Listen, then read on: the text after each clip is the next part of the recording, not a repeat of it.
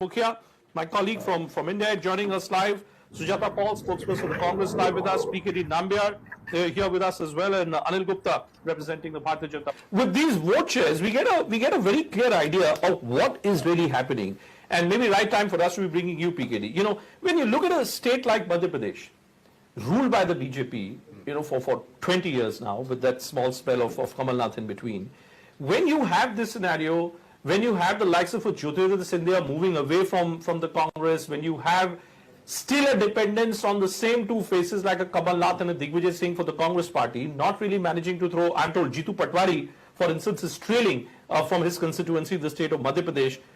Does it tell you, as our friend from the BJP was pointing out, that this is now the making of a second Gujarat? Madhya Pradesh now is a second Gujarat. Why? Absolutely. There is no doubt about it. In the morning, about 9 o'clock, I have tweeted, now Madhya Pradesh is the second Gujarat for the Bharatiya Janata Party. So there is no doubt about it. This is an unprecedented, as you said, that except one exit poll, nobody was even able to believe it. Maybe many of our friends from the BJP also have never thought of this kind of a sweep in Madhya Pradesh. Now, this has got multiple effects. The reason being that one is what is governance of today. You have an individual have multiple identities. The one is your language identity. You have your own religion as an identity. Your vishwas, your belief system as an identity, and socio-political identities. The government in BJP ruled states have been touched upon with the economically direct benefit transfer DBT to straight away to the people's account. Religious wise, that there was a Hindutva resurgence which was taking place, whether it is Ayodhya, whether it is Mahakal, Jain. You've been talking about this. Do you think, and I think it's a factor which may not have been captured that closely in this round of assembly elections, do you think the comments which were made by Udayanidhi Stalin on Sanatan Dharma, and the Prime Minister was one of the first people, I remember when the BJP parliamentary meeting was held, the message that had gone out was that please fan across the country with this message that a principal player of India alliance is looking at Sanatan Dharma to be finished off. Do you think that was a factor this election? That is definitely a factor. In fact, you will be surprised to know that I am the first one to go to the Supreme Court against a contempt of court because it was actually both in Kerala too. There was another incident. The Speaker of Kerala Legislative Assembly is talking about that Ganesha is a myth.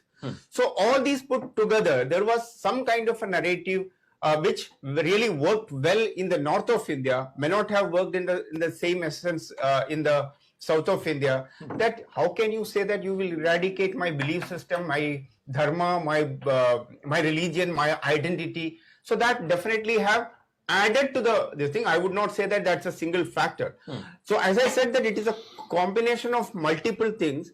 The political pundits sitting in Delhi now needs to unlearn how the elections are going to be predicted from now onwards. Well, it's not just predicted, it's planning. You know, planning and execution. And since Sujata ji is there, we're patiently listening. We did a wonderful job. That could be the reason.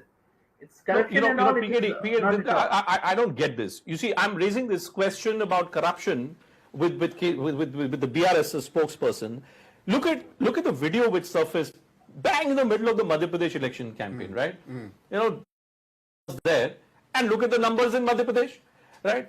So when there is an allegation of corruption which is leveled against a senior member of the BJP, it doesn't work.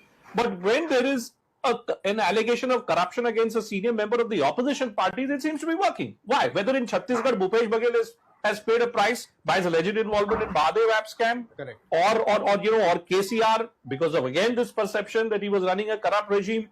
The BJP doesn't get impacted, but the Congress or the opposition parties get impacted. Why? There is a reason. The reason is that Narendra Modi as a brand ambassador symbolizes for anti-corruption. So that gets reflected, whether if it is there or not, that's a difference. Corruption is there or not by any BJP minister, that's a different question altogether. But then there is a larger perception which is lived by the top leadership that there is zero corruption policy. I mean, anybody whomsoever get to know, I know a lot of people have been asked to go from even from the union ministries. not because of any other reason, because the senior leadership understood that they are going on a different direction, and in order to make sure that the perception of the Bharatiya Janata Party still remain as the anti-corruption force. Anilji? Now, sorry, complete your point.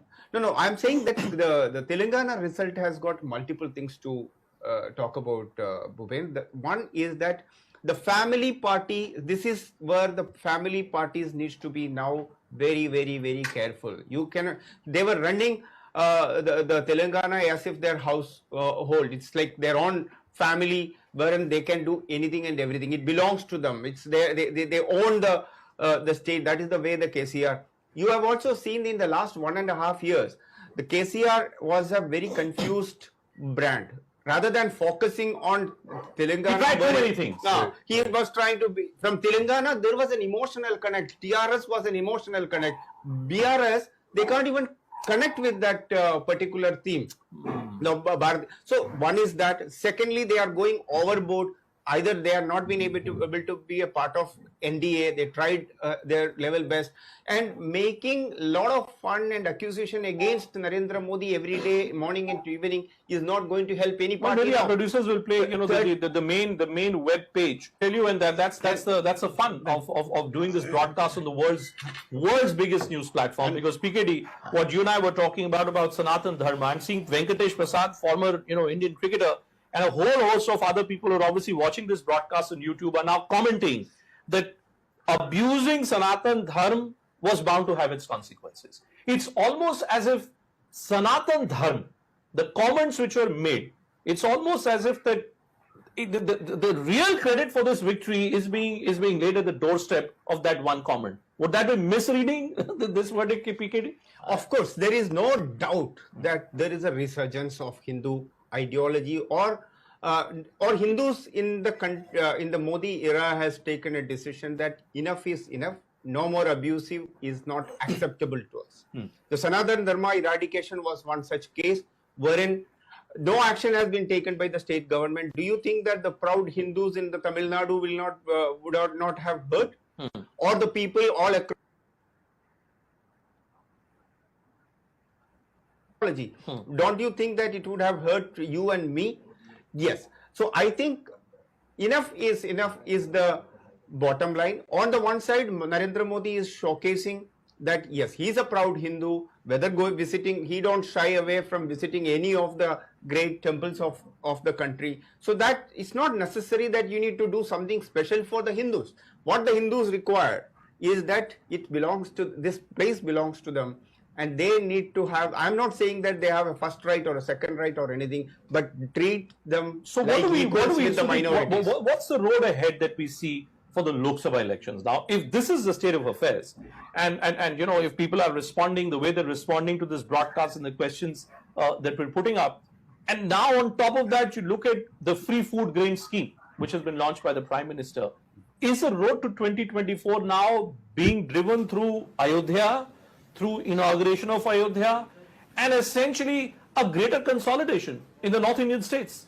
In favor of the BJP. There was a lot of people scooty to all the girl child, then it is remedy. No, PKD, but if we are giving to the meritorious, then it is a promotion. PKD, what that takes me to, and as we move towards winding up of this session, I'm looking at lessons for 2024.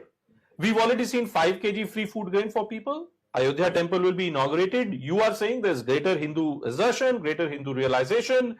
Are we to say that on the road to 2024, these are the two factors that matter, right? There is Hindu realization and there is a welfareism / freebie model which is already in place in various ways. Should all political parties now have to reconcile and work out their strategies around these two principal poles? See, these two are absolutely there. This will have an impact. And if you really look at, I have written an article a few days ago, the Sri Ram Janmabhoomi movement, how that has changed the socio-political thought process and the fabric of India, both in terms of political, in terms of politics and also in the social effect. Now, the idea is that Sri Ram is an embedded part of every Hindu or every Indian for that matter. I would not say that it is only just belongs to the Hindus of the the country. But the impact in 2024, I would say there were people who were talking about this is a semi-final.